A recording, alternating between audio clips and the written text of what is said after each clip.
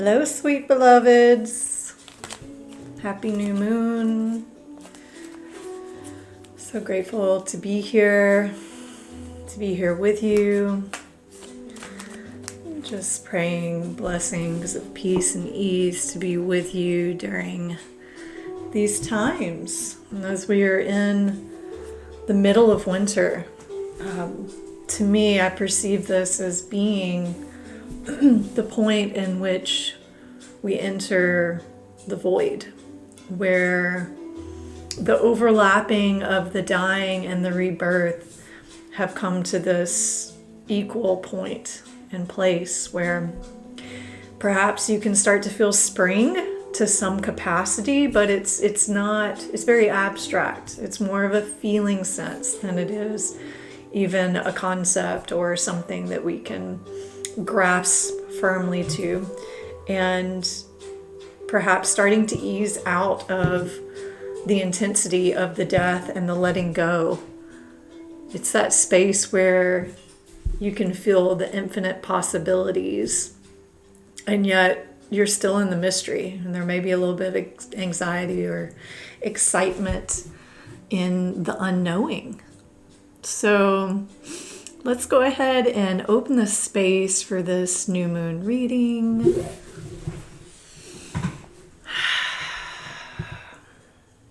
Just calling on the presence of the one true living light, asking for transmissions, for healing, for wholeness and assimilation of the darkness as we move towards the spring, as the light re-enters our body and our planet, and the days become longer and the nights become shorter.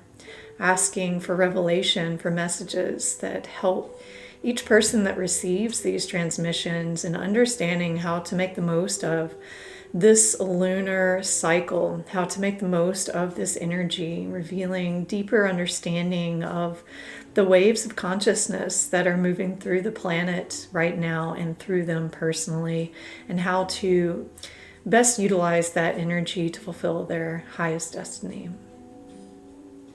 And so it is. I feel like it's been a very long time since I've done a reading, and I know that that's not true. Also, really hoping that there's no issue with the technology today. It's showing me that I'm seeing that it's recording sound through one of the streaming platforms that I use, but I can't ever tell if it's also making its way to YouTube, which can be a little frustrating when I do these and then I see that there's been no sound. I've been having such unusual experiences with technology, as I am definitely going through an electrical upgrade. All of us are, but I've been having electronics shock me. Particularly in the last 24 hours. Like my earbuds shocked me when I had them in my ear, and then my phone shocked me later. And then things that I had been touching through the day, I was getting shocked. And it's like I'm short-circuiting things. I've been that person a few times in my life where like the electronics won't work when I go to check out somewhere, or lights will turn off as I go into a room, or when I'm driving somewhere, or the door locks on my car will go crazy, or in somebody else's car. It's a biofield thing, I assume. So what awaits for us, Spirit? What can we expect as an overall theme with this new moon? This new moon's in Aquarius too, and there's something like really fulfilling and satisfying with this. Aquarius is a sign that is the new age that we are emerging into, and it's community, it's higher thinking, it's organization. I also have been getting the message of repurposing, maybe repurposing things from our old life into something that's usable. Like we don't always just have to throw everything out We may need to repurpose relationships, repurpose actual material things. And Aquarius also it's an air sign, so it's got a lot of mental capacity. It's very wide and expansive thinking to include the whole. This is one of the reasons why it's implicated in the age of Aquarius, that it will be communal style and it will be heart-centered as we enter into a place when we consider the whole instead of just looking at the parts. Then we come into the resonance of the heart and to deeper understanding and relating to one another. So I can feel something very special about this, perhaps because we've just made this giant transition just about 3 weeks ago with Pluto and it going from Capricorn into Aquarius. Pluto being the planet of transformation, of death, of rebirth, of sexuality and passion, and creation is a big one with it. But also, one of the things that I've kind of been tuning into in some of my more shamanic attenuating and trainings and alignments and memories is this time that's been talked of the Pachacuti, which means it's the new beginning, the new race of humans. And I had heard from one of my teachers just this week that the elders of Peru and some of the other lineages that he carries, that they had come forth and are like, this is the time. We have entered that period since the Pluto had moved. So that's really exciting, and we'll begin to really start seeing some great foundational shifts. But let's move into this reading in particular and feel into how this can help us. What is here, Spirit? Help us understand the best way to move forward and to pursue our own enlightenment and awakening and our place in this new and growing age, this new decomposing and also rising world.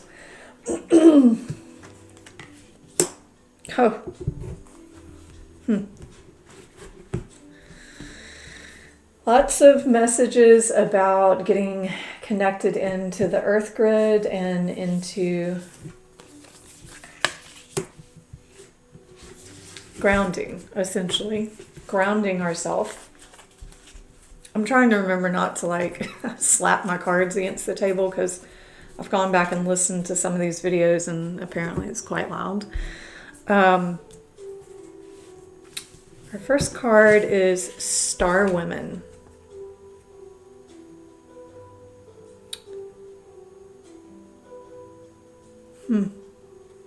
Another thing with Aquarius is that it is also a sign that's related to extraterrestrials. And in one of my most recent readings, that came through kind of out of right field. And it was clear that this year we're going to see quite a substantial increase in extraterrestrial, angelic, probably also on the other end of the spectrum, demonic encounters, both personally as well as through the media, which, keep in mind, anything that is a part of the legacy media, you should always question the motives of that. There's very little truth, and it's distorted information. So just keep in mind there'll be some false flag stuff happening where maybe there are encounters and they may be deemed as a threat, and they actually will not be extraterrestrial. They will be false flag implants from the government to for a certain agenda, for a certain outcome. So keep that in mind. But all of that to say, there will be direct encounters, and perhaps if you're receiving this message, you maybe have had that before, or it's something that you are open to. Welcome to having these extraordinary and mysterious encounters with the divine, with all of the different dimensions of help that are supporting our planet as it's going through this transition of its age, as it's going through the birth of the new human race. So this card, which represents the main theme of the reading, it's called Star Woman from this Jade Oracle deck. And it says, although the Spanish called them devils and demons, monikers that priests today, the Tsitsimi, are associated with the stars, the powers of creation, the feminine and the underworld. As a metaphor, bones symbolize the creation of life as opposed to death, so they are prominent in their images. Often associated with chaos, Tsitsimi brings destruction as a precursor to creation and a new order. They were petitioned for healing and had the powers of regeneration. These deities are called angels of the air and sky bearers, holding the sky away from the earth. They bring rain, water, thunder, and lightning. The Tsitsimi play an integral part in the continuity of human life and remind humankind of their responsibilities to keep the cosmic cycles in motion. Along with all beings on the earth, you are a part of the grand cosmic cycle, and you play a part in sustaining Olin, the primal energy of life. When Tsitsimi comes to you, they remind you of your responsibilities and your power. What are you choosing to sustain, and what are you choosing to create? The Tsitsimi demand mindfulness in all of your actions. Yeah, really in alignment with all of my interpretations with the energy. What I have been receiving is now's the time, beloveds, to really put that extra effort into mindful and right action, to mindful responses. And I'm hearing mindfulness, especially around words and around a sharp tongue. There's something about a sharp tongue coming in. So if you find that you tend to have a sharp tongue, this is an important time to really be mindful of the maybe the jagged edges within your system that react harshly, and to work on soothing that and taking a breath, dropping into your heart, letting the heart respond. Is it kind? Is it helpful? Is it true? Going through those 3 gates before you engage, giving yourself that time to really come from the truth of who you are. The truth of who you are is not harsh. It's not ugly. It's not mean. So give yourself the space to investigate with curiosity all of the ways that you maybe getting invitations to step more fully into the truth of who you are and expressing that in a wholesome and honoring way. The Pachamama card, this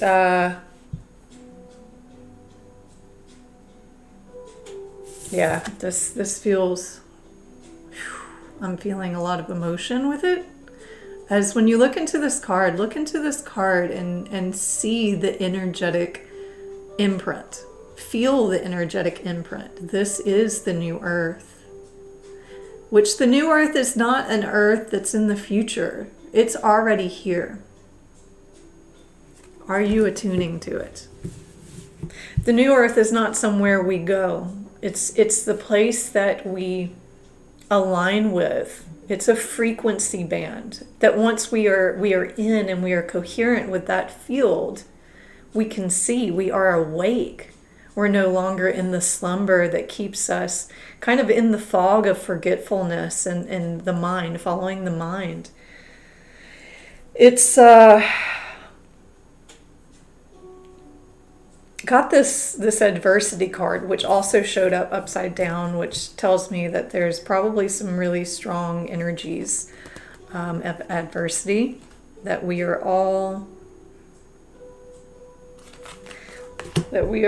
encountering. It says, I accept that challenges are the best way to learn.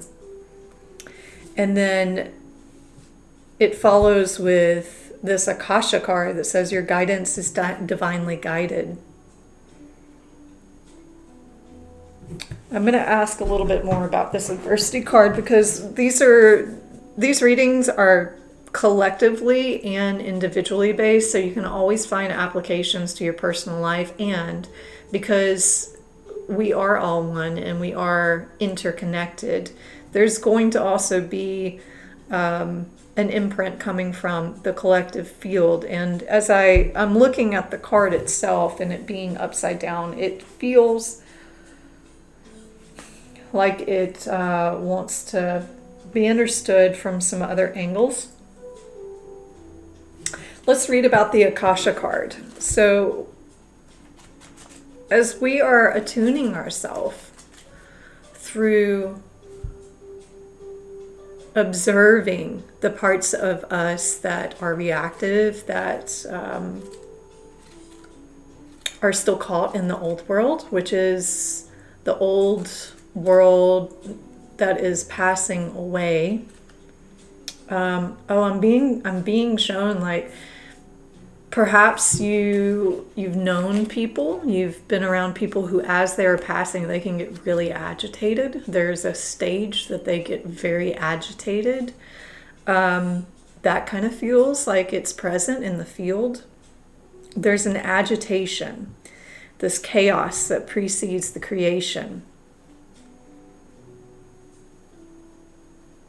And so that's what you're being asked. Sorry, there's like all kinds of things happening in my house today. I've got beans going off over there in my crock pot. Sorry.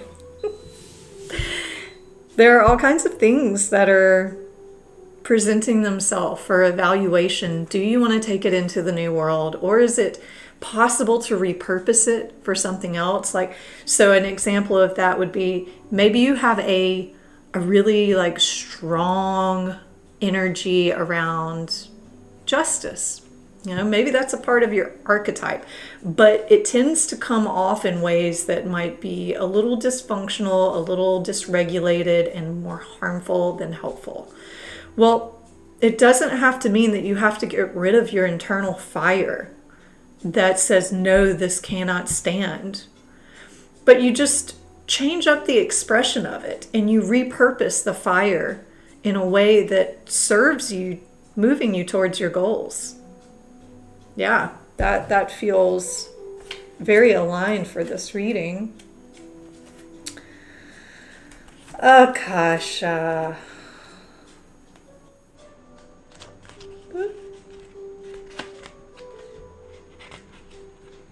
Bear with me, I'm almost here. Okay. Akasha exists in the 5th dimension, in the library of souls. All soul contracts, history, gifts, lessons, and more exist here. We each have access to this information of the past, present, and future, and can tap into it anytime. This field of information is also more permeable and accessible to humans than it ever has been. People had to go through long periods of initiations and meditation and mindfulness to have access to this information. But we are at such a time right now, as when we go through this process of transition between the worlds, there's an acceleration of consciousness, an acceleration of energy on the planet. And therefore, that's why we are seeing this awakening happening so quickly. People waking up in masses and at such a rate that it's not like anything we've ever seen. And it's very accessible to the average person to access the Akashic fields. Sometimes it may happen spontaneously even. If you're just in a very surrendered and open state, you may have information that will come in that could be triggered by something from the outside. Or you might intentionally be doing some kind of work that will help you enter that state. Any kind of meditation practice, energy work practices, things like Reiki, these and sound actually are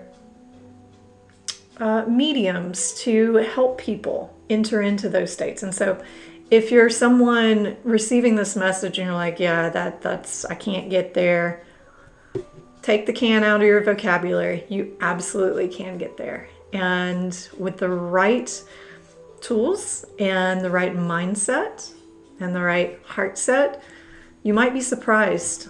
It sounds like this is a time where it's very possible that these things can happen for you, but you have to be open. You have to be open and not limit yourself to what you believe just based off of your history. While we have free will, there are also points on the timeline of our lives that are predestined or pre-planned. Soul contracts or agreements that were made before incarnating. It could be a company. It could be a company you chose to work for, a relationship you plan to have, or a person you agreed to mentor or help. Whatever it is, know that it is divinely guided and will not bypass. You are waiting for a sign to proceed. This card is it. You are likely living out an important part of your soul's journey, and you are exactly where you need to be. This is very exciting indeed. It is time to call in the support of your helpers, both in the physical realm and the spirit world. To trust the signs coming, to take note of your dreams, to notice any feelings or visions that you receive. For you are tapping into the wisdom of the Akasha, and you're being given the go-ahead to proceed. So the Akasha is like, and this is oversimplification, but it's like the field of the mind of God. It's a morphic field. And I'm going to offer this if you want to pause this reading after I say this and to see what happens, or you want to write this down. This is a transmission that comes with this card. And repeating inside of yourself to yourself, I open myself up to receive the wisdom of the Akasha. I am ready to download any information from my soul records that is in my highest good and the highest good for all right now. Thank you, thank you, thank you.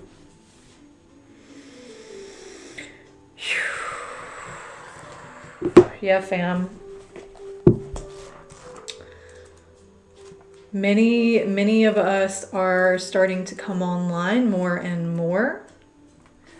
Many of you receiving this message probably are healers to some capacity. You absolutely are people who resonate with being on the outside, not fitting in because you're not supposed to, because you are bringing in something that is totally new, pioneering the new world through your own beingness and the inspiration that flows through you, inspired actions that come from these downloads.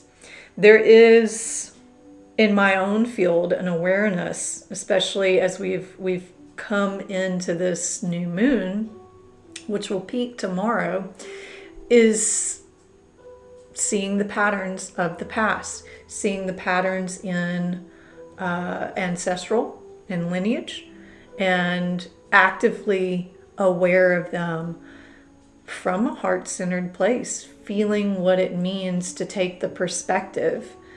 As I'll speak from a personal revelation that I had today, is like seeing something I've been working at for a while now. I mean, really, I could say my whole adult life, I've been working at and becoming more and more conscious with it with every relationship I have, both romantic as well as platonic. And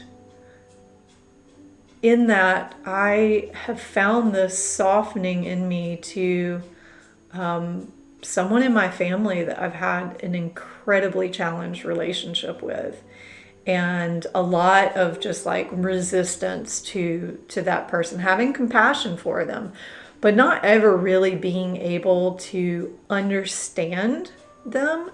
And today it just all clicked into place, and I just had a very deep alignment with seeing them. And it's really beautiful, the medicine that's here for us right now. So I say that to encourage you, if you are really working on some kind of patterning in your family line, and if you're just working on that patterning, to be open to receive the understanding, the soul wisdom of seeing through the eye of the soul, so you may come into a heart-based understanding that releases you from the patterns both of the past and that extend into the future, and to really fully be freed by the wisdom of your heart and your soul's comprehension of its reflection in that person.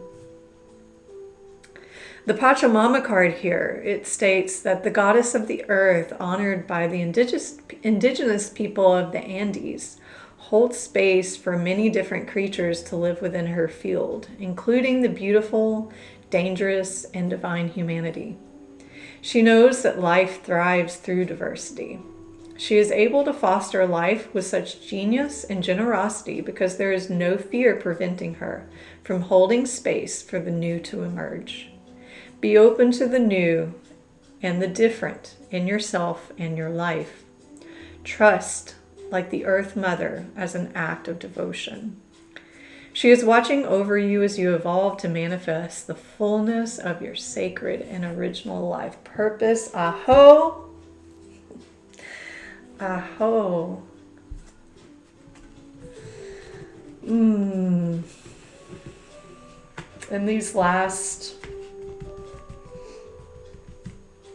moments of winter, are you releasing yourself to the fear of the unknown? Are you practicing engaging with that, of the willingness to move beyond that self-imprisonment that keeps us from being big and bright in the world, from being shameless? And when I say that, I say that with the intention of representing moving without judgment against yourself, not judging yourself for any way that life has chose to operate through you, to be free of the constrictions that bind us, which shame is a very strong one. And the guidance cards now are pulled from this Mary Magdalene deck. It says ascension. Farther up is further in. So that we are in an ascension. We are in this like amplification of the spiral of life right now on this planet. And this is not, just as the card says, it's not escaping. It's not going up into the ethereal world. That has to be equally matched with going down and in, down and in. Keep practicing the down and in, because we are still in winter, and that's what it is. The deeper that the roots and the seeds go into the earth, both the better protection they have from the outer elements, but also they're able to maintain a certain strata of contact with the light from above. So it has to be this very equal state of going down and in to be connected up. It's only once that seed goes into the earth that it begins to sprout up. If you leave a seed out on the ground, it may sprout, but it's going to maybe sprout off to the left or to the right. It's not going to be stable to make its ascension. So let me feel a little deeper into this message. It feels like we may be at a point, you may be at a point where you're starting to feel the friction, you're starting to feel the chaos and disruption. Go into it. Instead of bypassing it or brushing it off, go deeper in. Ask why. And when you get an answer, ask why. And when you get an answer, ask why. And keep the equilibrium between the mind and the heart. The mind promotes questions. It helps us to investigate. It's active. The heart is receptive and it listens for the answers, for the deeper understanding that is always there.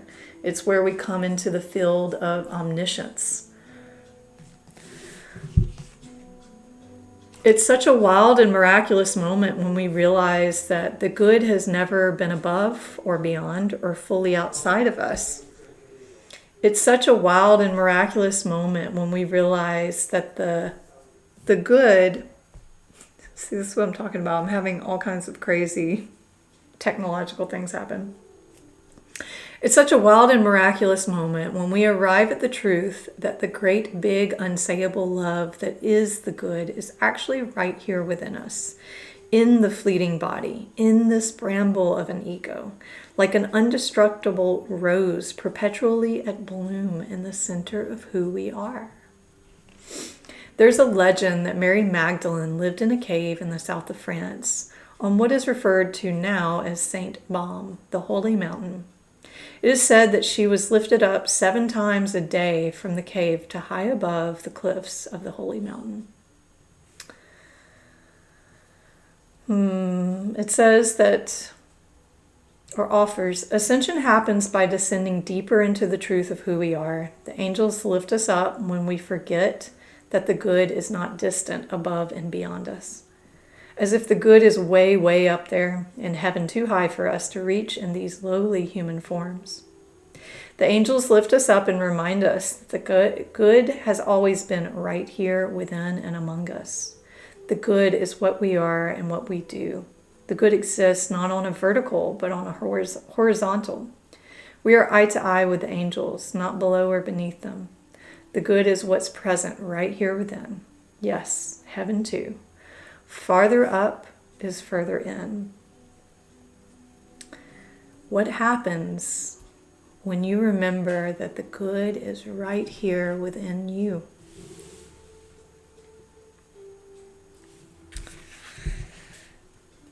This is the attunement. Ascension is not going up. It is attuning to what already is present inside of us when we get still, when we remove the distractions, when we remove the judgments, when we make time.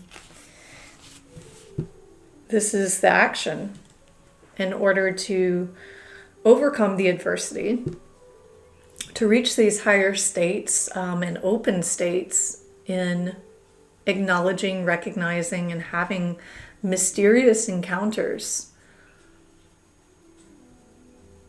We have to go down and in. The second action card is good recognizes good. So we go down and in, and we continue to recognize the goodness of the human experience, the goodness of the will that allows one to incarnate in the human realm, on the earth. How do we see from that place? And when we do, when we can really truly resonate with the goodness of the core of our being, we open our eyes and it's reflected in the world around us. We see that this is heaven on earth. We begin to see where our actions have been out of alignment because they've come from the place of forgetfulness. What would happen if you did see that we were living on heaven, in heaven, that this earth is that place? It's not somewhere we go. It's somewhere that we realize. It's hard to remember what we have never been taught. It takes trusting our own intuition, our own heart. It takes learning how to listen to what the soul whispers to us when we can get still enough, free enough from the distracting chaos of our everyday life. It's a mystery that allows us to remember the good, and I trust it always will be. Maybe it's blood memory. Maybe it's encoded somewhere in the soul or in the heart of what it means to be human. Good recognizes good. This red thread that is used in Eastern traditions of remembering that we're all connected, that the single thread that may be cut into separate pieces and placed around various people's wrists all comes from the same thread. The red thread is for those of us who are devoted to returning again and again to the heart, who listen to what the heart knows and then do whatever we can to put that knowing into action. Mary Magdalene anointed Christ before he was crucified. Mary made anointing the most sacred ritual in the Christian tradition. Mary was given secret teachings from Christ because his love for her was extraordinary. Mary's gospel was buried and forgotten for millennia. This is why we wear a red thread. It's hard to remember something you have never been taught, but we do this in memory of always being connected. I do this because the good can never be lost.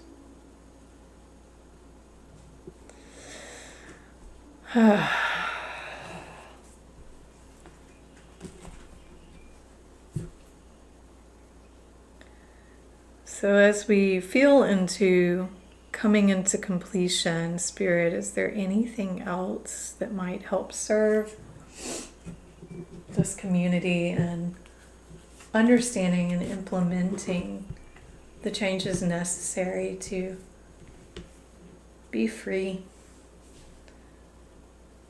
and to plant these new seeds? It says, write any worries, concerns, or desires on a piece of paper that you put into a special container that some call a God box, as a way of letting go and allowing the divine to help you.